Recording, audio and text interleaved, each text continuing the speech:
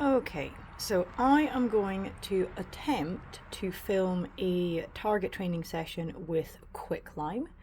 You can see here I have a couple of hoppers in some warm water. They've been defrosting for a little while now, and that's just warming them up. I have a target, so I use a yellow target for Quicklime, and these are the tongs. And you can see this is just a rubber pet food tin lid. So Quicklime he is awake. I've seen him around. He's heard me moving around, so he's gone to retreat a little bit right now. I'm going to show you, this is his tub here. So the first thing I'm going to do, hopefully I can do this with the phone in my hand. I'll just move, that blanket is there to cover him overnight so that he doesn't get any ambient light from the living room whilst I'm still awake. So I'm going to try and as carefully and quietly as possible, so not to startle him too much. I'm just going to, there we go, open his locking lids. I'm going to lift up his lamp slightly. You can see it's sort of partially docked there with a wire guard, just to stop him getting out and so that it doesn't burn the plastic. I think he is currently hiding, so I'm going to pause this for a moment whilst I remove the lid. We will see if I can get him to come and feed from tongs. Okay, so I've determined he's in this hide, so this might be a little bit tricky for me to do. I'm going to try and position the camera whilst I do this. I may need both hands. So you can see he is coming out, which is good.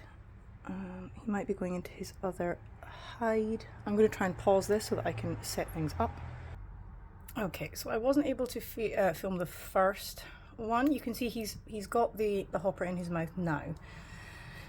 So what I did was I held I'll demonstrate for you over here, actually, whilst he's swallowing that one, because I do have another one to give him. So I hold this in one hand by this kind of little bit here, and I hold, I can get it with the tongs, there we go. I hold the hopper in front of it like this. Okay, so he usually gets the idea pretty quickly. He's currently swallowing his current hopper. So I'm trying to feed him 2 hoppers. He's getting fed slightly, just slightly less often than once a week. Sorry, slightly more often once a week. It's about every 5 days, and I'm giving him a reasonably large meal, so of 2, since that seems to be a thing that rat snakes prefer.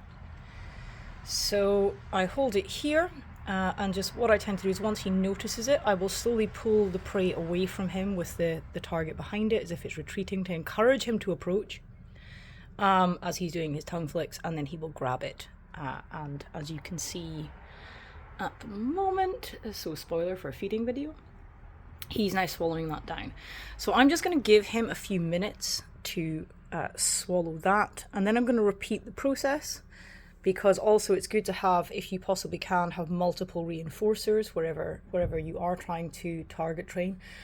Incidentally, I chose a yellow target for Quicklime because snakes can see yellow and blue very well. He has a lot of green in his enclosure, so I don't want to use a green target, as that might cause some sort of context cue confusion for him. But I chose yellow because naturally rat snakes would be yellow and black. So I perhaps assume, now you can see he's very interested. He's actually actively hunting right now. He wants some more. So we're going to do this again. Okay, so I wasn't able to hold the tongs at the same time, but you can see that he's come up. I have presented again to him a hopper in front of the target. He struck less enthusiastically this time because he's less hungry, but he's got it in his mouth, and he's seeing the target. Now he's going to retreat, and I'm going to pull the target away. There we go, and he's now going to take himself off and enjoy that. But hopefully you get the idea. So often the first training kind of instance, it takes him a little while to come over and decide that that's what's happening.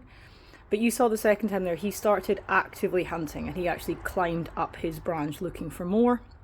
So I just did the same again, where I presented the prey in front of his target, and I slowly just pulled it away to encourage him to approach, which he did, and then he just kind of grabbed it, and he's now swallowing that down.